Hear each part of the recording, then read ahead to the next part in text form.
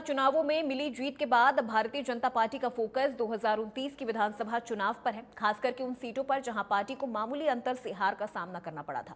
इसी सिलसिले में साढौरा विधानसभा में विधायक एवं पार्टी प्रभारी शक्ति रानी शर्मा ने कार्यकर्ताओं के साथ एक मैराथन बैठक की है।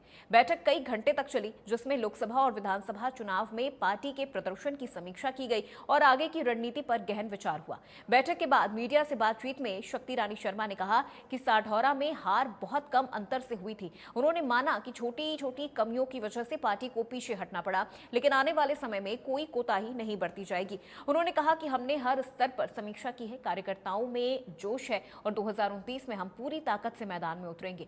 पिछली बार की छोटी गलती भी दोहराई नहीं जाएगी। बैठक में बूथ स्तर पर पार्टी की ताकत को मजबूत करने, स्थानीय मुद्दों को प्राथमिकता देने और संगठन को धार देने पर खास जोर दिया गया है।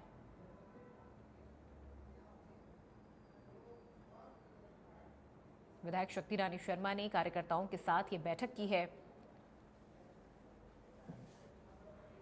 पहली दफ़ा साढौरा विधानसभा में एज अ प्रभारी मीटिंग लेने आई थी और मीटिंग नहीं थी, ये सिर्फ मुलाकात थी और बहुत अच्छे माहौल में हमारी मीटिंग हुई है। सबसे परिचय हुआ है और सबके कामकाज के बारे में भी पता किया गया है। पर लेकिन बहुत जहाँ तक मुझे लग रहा है कि इस क्षेत्र को इतनी ज़्यादा मेरी शायद ज़रूरत नहीं पड़ेगी, क्योंकि चौधरी साहब ने बहुत यहाँ पे काम करा रखे हैं और सारा संगठन बहुत बढ़िया मजबूती के साथ यहाँ पे अपना सुचारू रूप से काम कर रहा है। पर यहाँ पे जहाँ मेरे को सरकार ने और हमारे मुख्यमंत्री जी ने जो दायित्व दिया है, उसको निभाने के लिए जो भी मेरी जहाँ भी ज़रूरत होगी मैं पूरा सहयोग। जहाँ तक मैंने पता किया है कि कई जगह 10 वोट से 12 वोट से किसी बूथों पे ऐसा रहा है, तो मुझे लगता है कि हम थोड़ी और मेहनत करेंगे और उससे बहुत फ़र्क पड़ेगा, क्योंकि सब मिलके जब काम करते हैं तो डेफिनेटली उसमें इम्प्रूवमेंट होती है। ये बहुत ऑपरेशन जो सिंदूर था वो पूरे देश का एक मान और सम्मान की बात थी।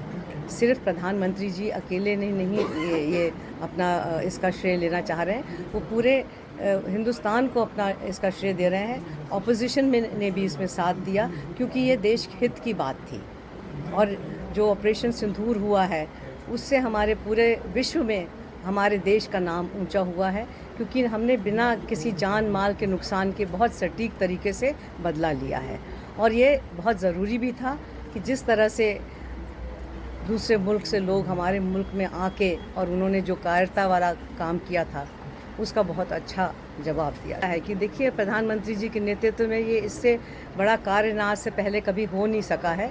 क्योंकि मैं कल ही एक टीवी इंटरव्यू में सुन रही थी कि आज की तारीख में पाकिस्तान के सारे वो ठिकाने नष्ट हो चुके हैं।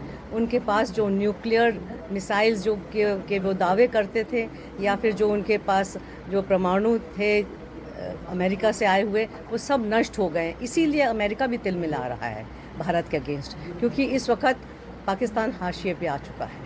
ये कैसे फेल हो गई है? अब विपक्ष खुद ऑनर कर रहा है अगर प्रधानमंत्री जी को, तो जो उन्होंने खुद कहा कि विफल हुआ है, उसी पे वो खुद ही झूठे पड़ रहे हैं।